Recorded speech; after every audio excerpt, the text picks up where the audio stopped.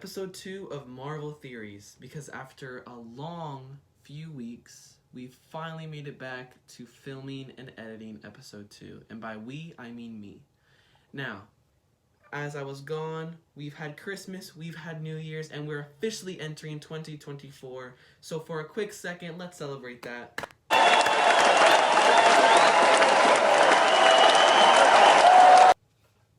When I was editing that, it was weird because my room is so quiet. So what I really heard was this. Let's not keep you waiting and dive right into it. Now, when we last left off, I mentioned that Miles Morales was connected to Loki, so we'll start by explaining that theory, by going back to Loki in the TVA. Be aware that there will be spoilers for people who haven't watched Season 2, so if you haven't finished watching it, now is your last chance to click off.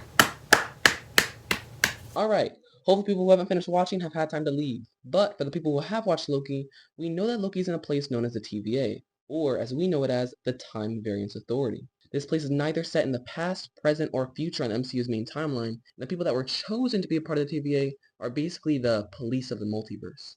I say chosen because Kang is the one who put them there, but we'll get to him eventually on a later date. For some reason, it's always Kang behind everything, and I wonder why that is. I guess after all, the Conqueror is part of his title. But anyways, let's get back to the topic, because right now in Loki Season 2, Loki and Mobius are on a quest to save other timeline branches that have broken out throughout the multiverse, after realizing that each other timeline branch that have broken out from the sacred timeline consists of real people that have real lives. They aren't just variants who've broken the sacred timeline and branched out, but people who have real lives, even if they aren't in the sacred timeline. The reason why this would correlate with Miles Morales and Across the Spider-Verse is because, as we know, Miguel O'Hara reveals Miles to be a variant who was not supposed to be bitten by the spider during the movie. You're the original anomaly! The spider that gave you your powers wasn't from your dimension! It was never supposed to bite you! You're a mistake! None of this would have happened. And all this time, I have been the only one holding it all together! But the question that I was wondering afterwards was that if this was supposed to be a canon event, Miles wasn't supposed to be bitten, and the spot wasn't supposed to be created, then why didn't the TVA interfere with Miles' timeline and reset it the way they did with Loki's? So, I came to the conclusion that this is because the events of the series Loki happened before Across the Spider-Verse. There's no way that could have happened afterwards because then Miles' timeline would have been reset before Loki had even shown up.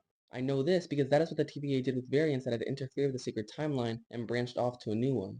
But the entirety of Season 2 for Loki is the TVA changing the way they do things, and not pruning timelines, which is the phrase they used for exterminating branched timelines immediately after a variant was found.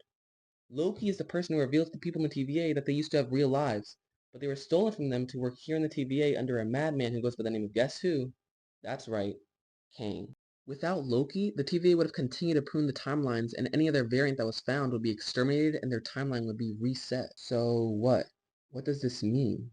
Well, it means that Miles being a variant doesn't mean anything to the TVA anymore, because they know the truth behind the Timekeepers now, and aren't willing to kill an entire timeline just for one person who may have stepped out of the story that was already set for them. Otherwise, they would have interfered with Miles Morales' timeline, and he never would have been Spider-Man. Which also makes it seem like that the Spider Society and Across the Spider-Verse are acting as the new TVA, at least for the Spider-Men, since they're so strict against Miles saving his father, since that is a canon event that is supposed to happen. And we know that the Spider Society's main motive is to make sure canon events happen for other Spider-Men. Otherwise their timelines will unravel and they'll end up like strips of paper. You know, kinda like this. Do you see this man? Look at his face. No, look a little bit closer. Matter of fact, zoom all the way in. I know you see it. That is the face of death. And that's what the Spider Society was trying to stop to make sure it doesn't happen to any single one of them. But there's no way this could happen now, right? At least not anymore, because there was someone in control of the multiverse. Someone who was giving life to all the different realities and dimensions.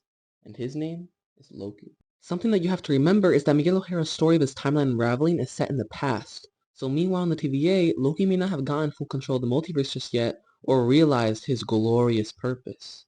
So if there is a variant in another timeline, it could have been pruned or reset by the TVA before Loki had come to reveal the truths behind the Timekeepers. And as a matter of fact, when Miguel O'Hara's timeline started unraveling, it may not have only been because the TVA could have pruned it because he was a variant, but it could have also been because there were so many branches expanding from the TVA when Sylvie had killed He Who Remains, aka Kang, and the timeline started disappearing.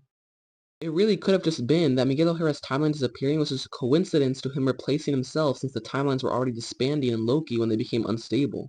Miguel O'Hara could have thought this was because of him, but in reality it was something else. It was Loki.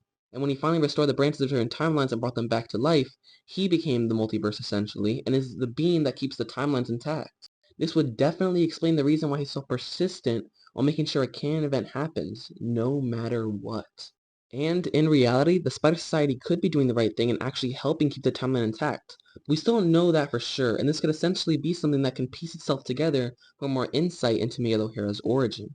But Spider-Man 2099 had his time in the spotlight last episode, so let's get off the topic of him for a second and head back to Miles Morales for the final connection between him and Loki.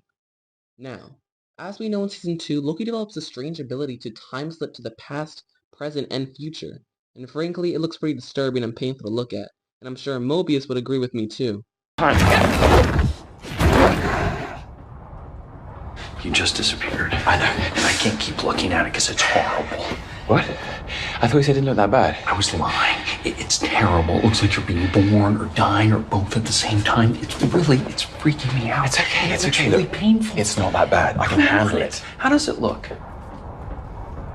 But the weird thing about this, and I'm saying weird as if everything in the MCU isn't weird, but Loki's essentially glitching the way Miles Morales did when he went through different dimensions. Except for Loki, he glitches through time, and Miles glitches out when he's on different dimensions or universes.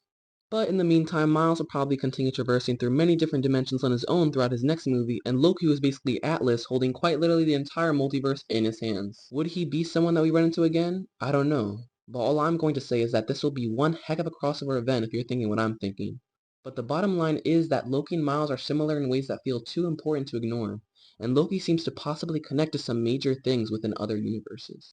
And something that we do know for certain is that Miles will be hunted by the Spider Society during the next movie, Beyond the Spider-Verse. And you already know that when that comes out, I'll be right there looking for any other clues that may point to Loki, any other MCU characters, or dimensions that may lead to an even bigger story for the MCU, left for me to try to theorize and solve. That'll be all for episode 2. Make sure to leave a like if you enjoyed, subscribe to the channel for some more Marvel content, and if you have another Marvel topic that you'd like me to discuss or theorize about, make sure to leave a comment down below so I can go check it out. And I'll see you guys for episode 3.